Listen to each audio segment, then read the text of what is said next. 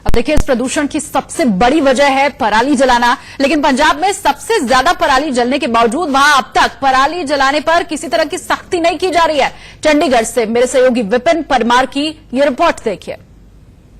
प्रदूषण की वजह से दिल्ली और आसपास के इलाकों में बनी जहरीली हवा की चादर अभी भी बरकरार बनी हुई है। इसी बीच दिल्ली, पंजाब और हरियाणा के मुख्यमंत्रियों की अगर बात करें तो उनके द्वारा केंद्र सरकार से इस मामले में इंटरवीन करने को लेकर जो है वो कहा गया है। पंजाब और हरियाणा के मुख्यमंत्रियों के द्वारा लिखित रूप में केंद्र सरकार से मदद मांगी गई है और साथ ही साथ ये कहा गया है कि इस मामले के समाधान के लिए जो है वो केंद्र सरकार आ गया है। अगर चंडीगढ़ के मैं इस समय के एयर क्वालिटी की बात करूं तो फर्क जो है वो चंडीगढ़ यानी कि सिटी ब्यूटीफुल पर भी पड़ा है। एयर क्वालिटी इंडेक्स को अगर हम देखें तो 280 यानी कि पुअर एयर क्वालिटी जो है वो दर्ज की गई है। ऐसे में मॉडरेट से पुअर यानी कि जो आसपास के इलाकों में जिस तरह से स्टबल बर्निंग की जा रही है, पराली जलाने की जो वारदातें सामने आ रही हैं, उससे अगर बात करें तो कहीं ना कहीं फर्क जो है वो सिटी ब्यूटीफुल चंडीगढ़ शहर पर भी पड़ा है। और आसपास के अगर इलाकों की बात करें तो पंजाब सरकार के द्वारा भी सख्ती की गई है, किसानों पर कार्रवाई की गई है।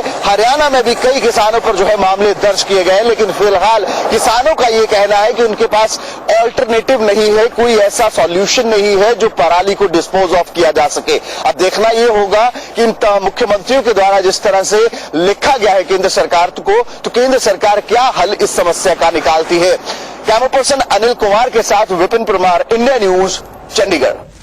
तो साफ है कि जहरीली हवा के चलते बीते कई दिनों से गैस चैम्बर में तब्दील हुए दिल्ली एनसीआर की परेशानी हरियाणा और पंजाब में पराली जलाने से और बढ़ी है। केंद्र सरकार की एडवाइजरी के बाद भी बीते कई दिनों में हरियाणा और पंजाब में किसानों की ओर से पराली जलाई जा रही है।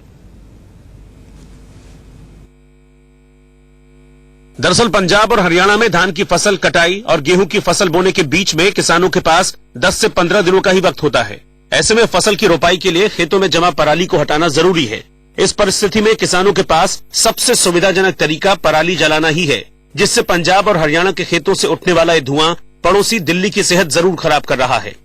मैं हरियाणा में उस जगह खड़ा हुआ हूँ जहाँ की वजह से दिल्ली एनसीआर में मेडिकल इमरजेंसी घोषित कर दी गई है।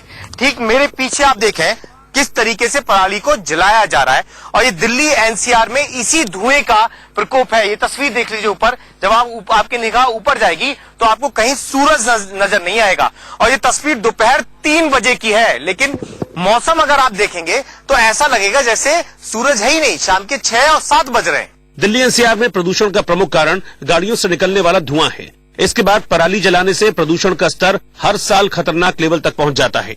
आप मेरे पीछे देख सकते हैं लगातार खेतों में पराली जलाई जा रही है, जिसके कारण हवा में पोल्यूशन जो है लगातार बढ़ रहा है।